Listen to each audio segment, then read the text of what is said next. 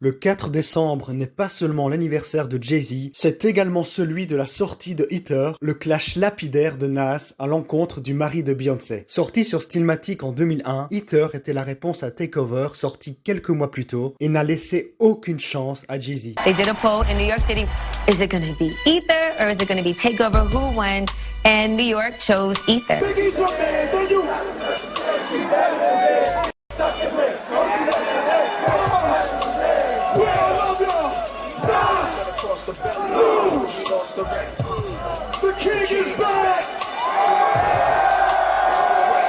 Même ses contacts dans l'industrie et les autres rappeurs trouvaient qu'il y était allé trop fort. When it came out, everybody's calling like, why'd you go that hard?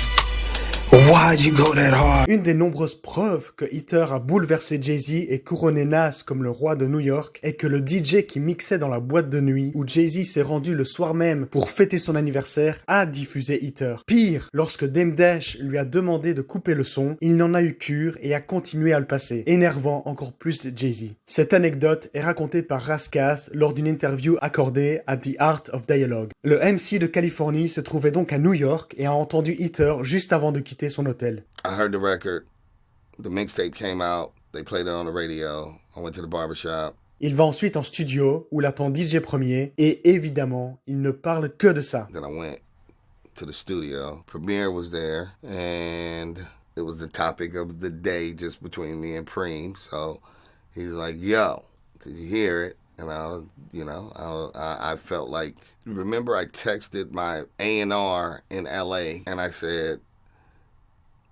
Nas just dropped this Ether record and it's kind of crazy and he may have won. And everybody back on the West was like, no. I was like, nah, dude, I'm telling you, I'm like in the streets of New York right now and Nas might have won. This is crazy. Et la surprise, Nas se ramène en studio. Pretty early. Couldn't be much more than 10 a.m., 11 a.m. And then Nas bops in. I remember Nas, he comes in, he's bopping.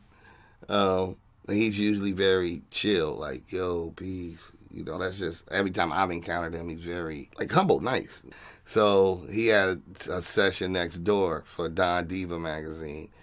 And I remember, for like an hour, me, him, and Premier talking. And it was just kind of the overview of the record. And he's just like, he's like, yo, Flex played it 3 times, da-da-da-da-da. I was like, yo, I was in the shop. I was at the Lower East Side, and everybody was Jay-Z fans. Like, you might have one fan, but, because, at the time, Jay was crushing everything. And it was just very interesting watching, like, the changing of guards. Because I remember all the Spanish kids at the barbershop, like, they was trying to hold on to, like, nah, Jay got it. And then it was like, nah, but this shit crazy. After the Ether, that's it. New York was on Nas's back. People who were Jay-Z fans on Friday were Nas fans on Saturday. Raskas comprenait mieux que quiconque à quel point Ether était meurtrier pour Jay-Z, car il avait vécu quelque temps avec l'ancien rappeur de Brooklyn et savait donc que les attaques de Nas étaient basées sur des faits. I knew some of the things that that Nas was saying. These deal with emotions. What's sad is I love you.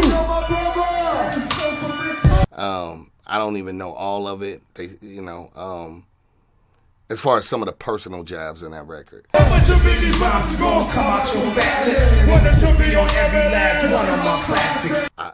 lived with Jay-Z for a summer. I just knew that it was clinically written deadly. It was a deadly written personal record.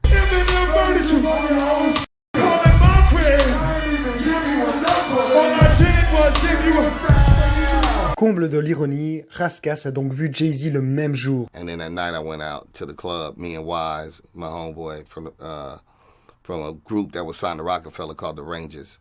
So we went out and saw Jay and Dame at the club. We went into the club. All went into that club. We were sitting at a table next to David Justice. Et c'est là que s'est produit l'impensable. Le DJ de la boîte de nuit, sachant pertinemment que Jay-Z était présent, a diffusé Ether, rendant fou le public présent. They played Ether in the club and Jay was heated. And I remember that. I just remember he saying, Dame, like, yo, tell that nigga to turn that shit off. But the club was going up. And that's when I knew it was over. And the DJ was not, he was like, f that. And he played that shit. And the club went up. And that's when I knew Nas won. The streets had spoken. Like, the DJ played it, the chicks, the Nick, and Jay was in the building. That's why I knew Nas beat Jay. En résumé, c'était une assez bonne journée pour Rascas. I would have never thought waking up. I mean, first of all, I was already living one of my bucket list dreams. I'm getting to do this song with DJ Premier. I didn't wake up that morning thinking, I'm going to see Nas the day he drops a diss song on Jay-Z. And then I'm going to see Jay-Z that night as the song is played and watch the reaction. À bientôt sur Dramatic Hip Hop.